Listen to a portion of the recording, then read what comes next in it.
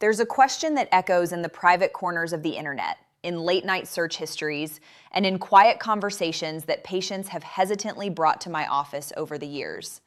It's a question surrounded by myths, anxiety, and a tremendous amount of misinformation.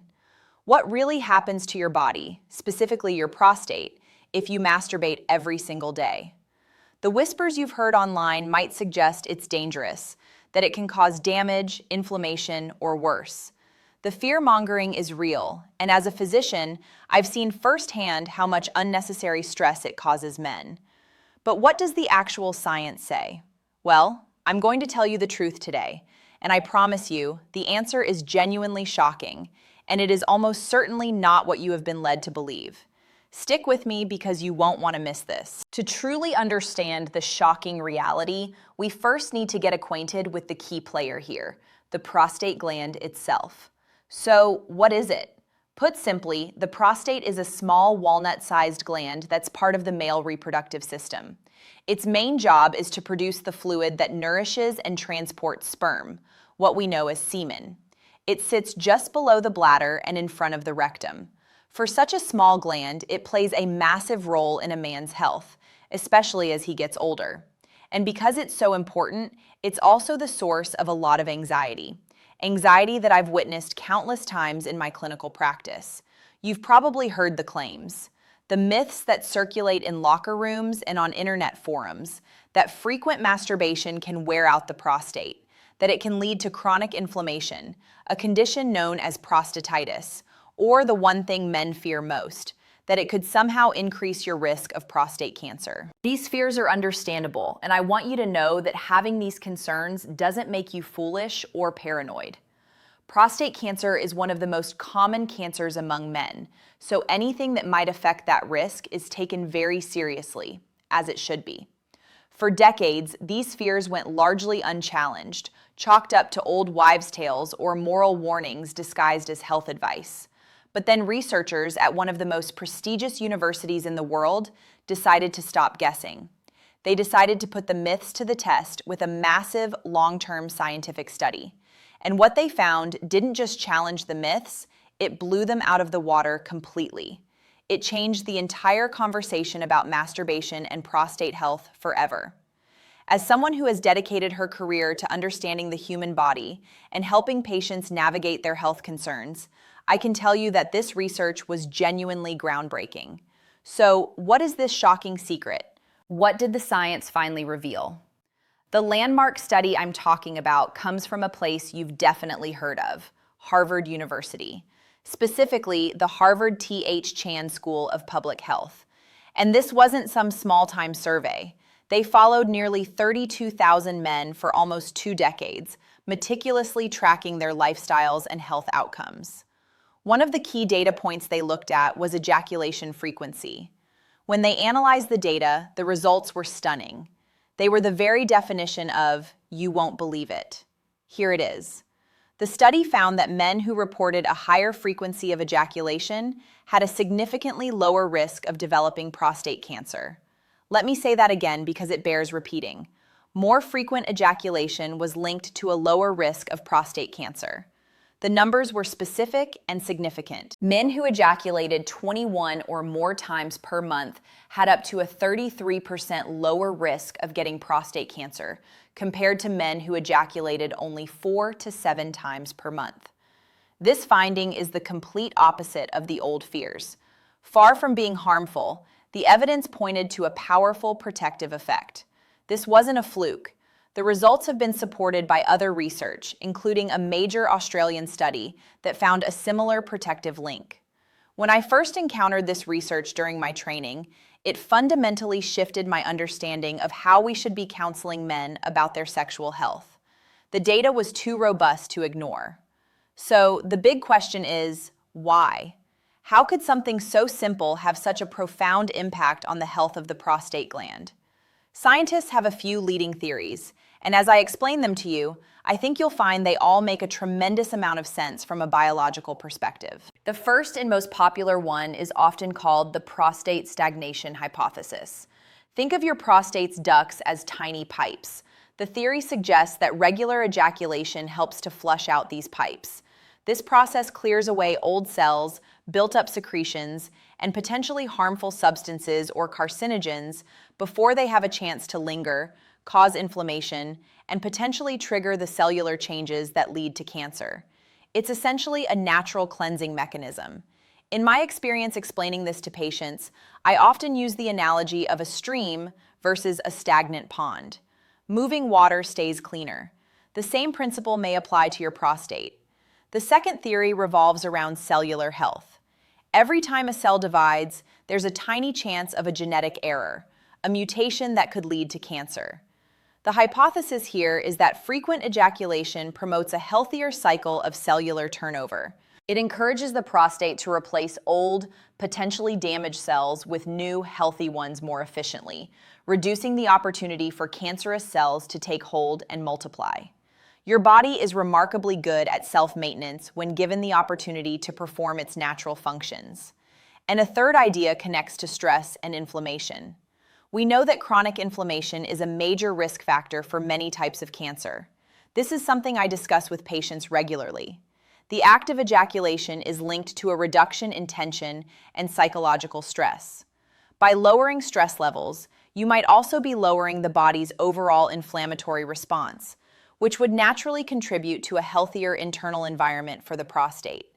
The mind-body connection is something we in medicine are only beginning to fully appreciate, and this is a perfect example of how our emotional state can influence our physical health. So when you put it all together, the science paints a clear picture.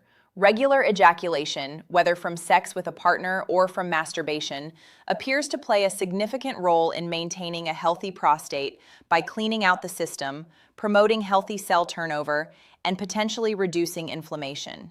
It's a powerful combination, and one that I believe every man should be aware of.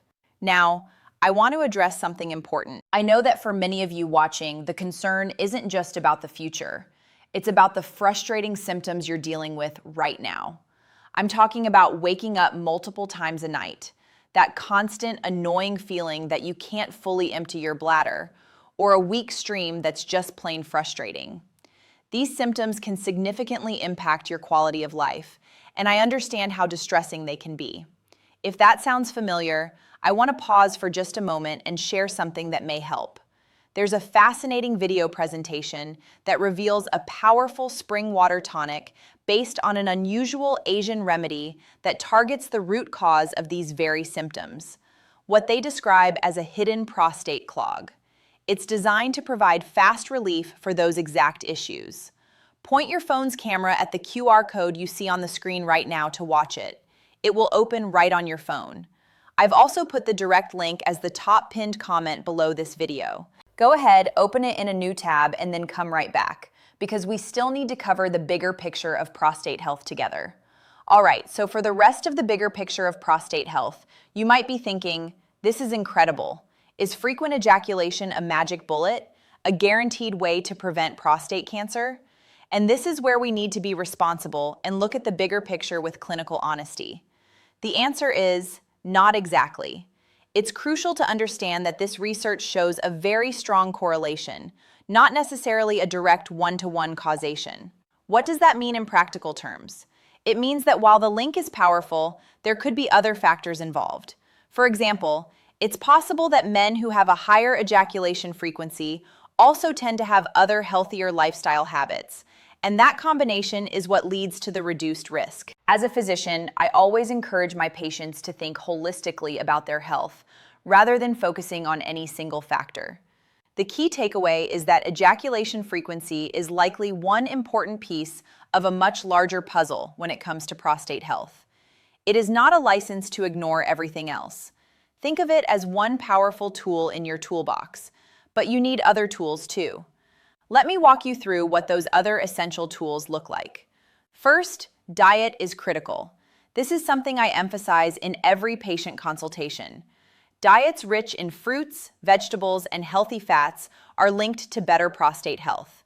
Foods containing lycopene, like tomatoes, watermelon, and grapefruit, are particularly beneficial. The research on lycopene is quite compelling. Green tea and foods rich in omega-3 fatty acids like salmon and other fatty fish are also excellent additions to your diet. I often tell my patients that what you put on your plate matters just as much as any medication I could prescribe. Second, exercise. Regular physical activity helps you maintain a healthy weight, which is hugely important for prostate health. Obesity is a known risk factor for more aggressive forms of prostate cancer. Even 30 minutes of moderate exercise most days of the week can make a tremendous difference. You don't need to become a marathon runner. Simple activities like brisk walking, swimming, or cycling can provide significant benefits. The goal is consistency, not intensity. Third, avoid smoking and limit alcohol consumption. Both are linked to an increased risk of various cancers and can negatively impact your overall health in ways that extend far beyond the prostate. If you're struggling with either of these habits, please know that it's never too late to make a change, and there are resources available to help you. And finally, and perhaps most importantly, be proactive about your health. Nothing, not diet, not exercise, not ejaculation frequency, replaces the need for regular medical checkups. This is especially true for men over the age of 40 or 50, or for those with a family history of prostate cancer. I cannot stress this enough. Talking to your doctor about screening options like the PSA blood test is the single most effective way to catch any potential problems early when they are most treatable. I know that many men are reluctant to discuss these topics with their healthcare providers. There can be embarrassment or a sense that bringing up concerns about sexual health is somehow inappropriate. Please let me assure you, as a physician, there is nothing you can tell us that we haven't heard before. We are here to help, not to judge. Your health and well-being are what matter most to us. So, let's circle all the way back to our original shocking question. What does daily masturbation do to your prostate? The unbelievable truth, backed by top-tier science from institutions like Harvard, is that far from being the harmful act that myth and fear have made it out to be, it might actually be one of the simplest, most natural things you can do to contribute to a healthier prostate over the long term. It's not a cure-all. It's not a replacement for a healthy lifestyle and regular doctor visits. But the evidence is compelling. And as someone who has spent her career studying the science of human health, I find it remarkable how nature has built in these protective mechanisms. A healthy sex life, which includes masturbation, is a partner, not an enemy, in the fight for long-term prostate health. This is the message I want every man watching this to take away today. I also want to acknowledge something that we don't always discuss openly. There has been a great deal of shame and stigma attached to this topic for far too long. Men have been made to feel guilty or anxious about a completely natural biological function.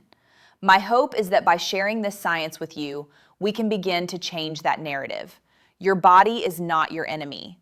Understanding how it works and what it needs is one of the most empowering things you can do for your health.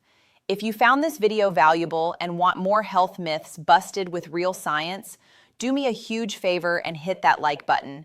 It really helps the channel reach more people who might benefit from this information.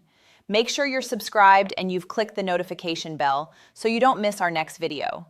I have many more topics planned that I think you'll find just as enlightening. And now, I want to hear from you.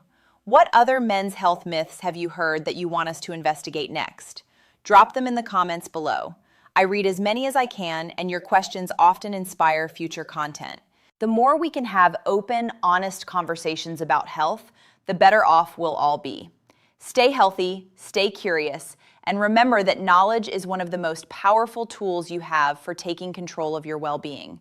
I'll see you in the next video.